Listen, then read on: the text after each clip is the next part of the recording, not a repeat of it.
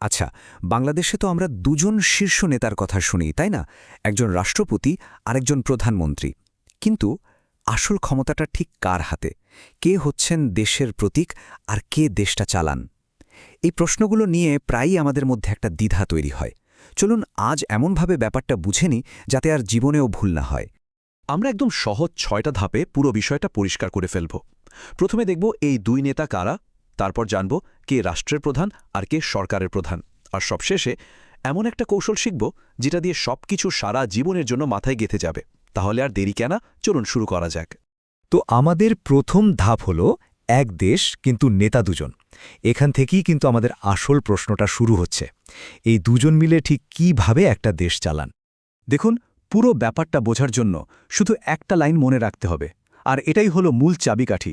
সেটা হলো বাংলাদেশের সরকার ব্যবস্থাটা হচ্ছে একটা সংসদীয় বা পার্লামেন্টারি সিস্টেম। এটা ঠিক কেমন জানেন? অনেকটা একটা বাড়ি বানানোর ফাউন্ডেশনাল মতো। এই ভিত্তিটা বুঝলেই বাকি সব কিছু একদম সহজ হয়ে যাবে। এই যে সংসদীয় ব্যবস্থা, এটার কারণেই আমাদের দেশে দুটো প্রধান পদ তৈরি হয়েছে।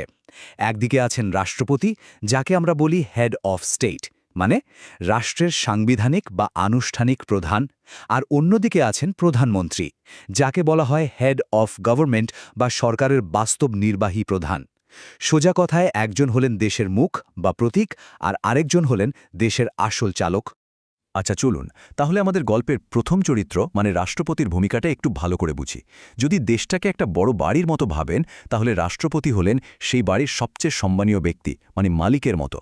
তো রাষ্ট্রপতি হলেন হেড অফ স্টেট। এই কথাটার মানে কি? এর মানে হল তিনি সাংবিধানিকভাবে বা আনুষ্ঠানিকভাবে দেশের প্রধান। তিনি আসলে পুরো জাতির একটা প্রতীক। রাষ্ট্রের সর্বোচ্চ সম্মানের জায়গাটা তার। এখন দুটো খুব জরুরি তথ্য, মনোযোগ দিন। ১ নম্বর, রাষ্ট্রপতি কিন্তু জনগণের সরাসরি ভোটে নির্বাচিত হন না। তাকে কারা নির্বাচিত করে? আমাদের সংসদ সদস্যরা, মানে এমপিরা। আর ২ নম্বর, এবং এটাই সবচেয়ে গুরুত্বপূর্ণ বিষয়, তিনি প্রায় সব কাজই প্রধানমন্ত্রীর পরামর্শ নিয়ে করেন। এটাকে একটা নিয়মই বলতে পারেন, অ্যাডভাইস রুল। তাহলে বাড়ির সম্মানীয় মালিকের কথা তো জানলাম, এবার চলুন সেই বাড়ির ম্যানেজারের সাথে পরিচিত হই, যিনি আসলে পুরো বাড়িটা চালান। হ্যাঁ, আমাদের গল্পের দ্বিতীয় চরিত্র, প্রধানমন্ত্রী। প্রধানমন্ত্রীকে বলা হয় হেড অফ গভর্নমেন্ট, মানে সরকারের প্রধান, আর তার পদের মূল পরিচয় হল বাস্তব নির্বাহী প্রধান। বাস্তব নির্বাহী, এই কথাটার উপর একটু জোর দিচ্ছি, কারণ এর মানে হল দেশ চালানোর আসল কাজ, মানে প্রতিদিনের সিদ্ধান্ত নেওয়া, পরিকল্পনা করা। এই সব কিছুর কেন্দ্রবিন্দু কিন্তু তিনি। তাহলে প্রধানমন্ত্রী হন কিভাবে? প্রক্রিয়াটা কিন্তু বেশ সোজা। রাষ্ট্রপতি সংসদে এমন একজন এমপিকে প্রধানমন্ত্রী হিসেবে নিয়োগ দেন, যার পক্ষে সংসদের বেশিরভাগ এমপির সমর্থন থাকে, মানে যার মেজরিটি আছে। আর প্রধানমন্ত্রী হওয়ার পরেই তিনি তার মন্ত্রিসভা বা ক্যাবিনেট তৈরি করেন এবং দেশের আসল শাসন ক্ষমতাটা তার হাতেই চলে আসে। আচ্ছা, আমরা তো দুজনের পরিচয় পেলাম, একজন দেশের প্রতীক আর একজন দেশের চালক। তাহলে এখন তো সেই $1,000,000 প্রশ্নটা করতেই হয়, তাই না?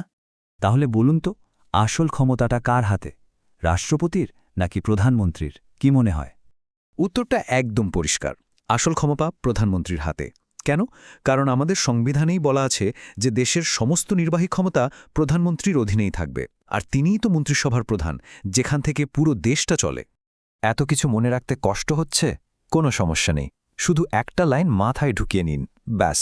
এটাকে আমরা বলতে পারি আমাদের ব্রেন লক লাইন। লাইনটা হল, রাষ্ট্রপতির রাষ্ট্রের মুখ আর প্রধানমন্ত্রীর রাষ্ট্র চালান। একজন হলেন চেহারা বা প্রতীক, আর আরেকজন হলেন চালক। এর চেয়ে সহজ আর কি হতে পারে বলুন?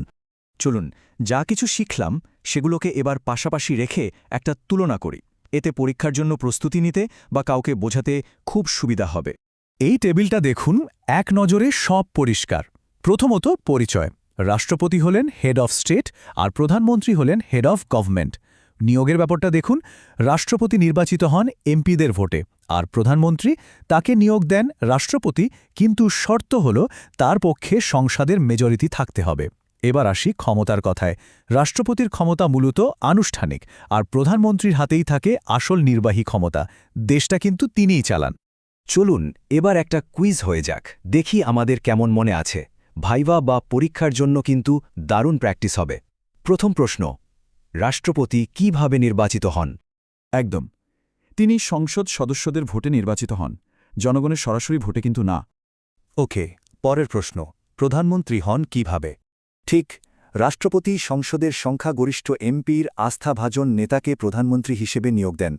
আচ্ছা, ৩ নম্বর প্রশ্ন, আর এটা সবচেয়ে জরুরি। বলুন তো, নির্বাহী ক্ষমতাটা কার হাতে? একদম ঠিক। নির্বাহী ক্ষমতা প্রধানমন্ত্রীর কর্তৃত্বেই ব্যবহার করা হয়।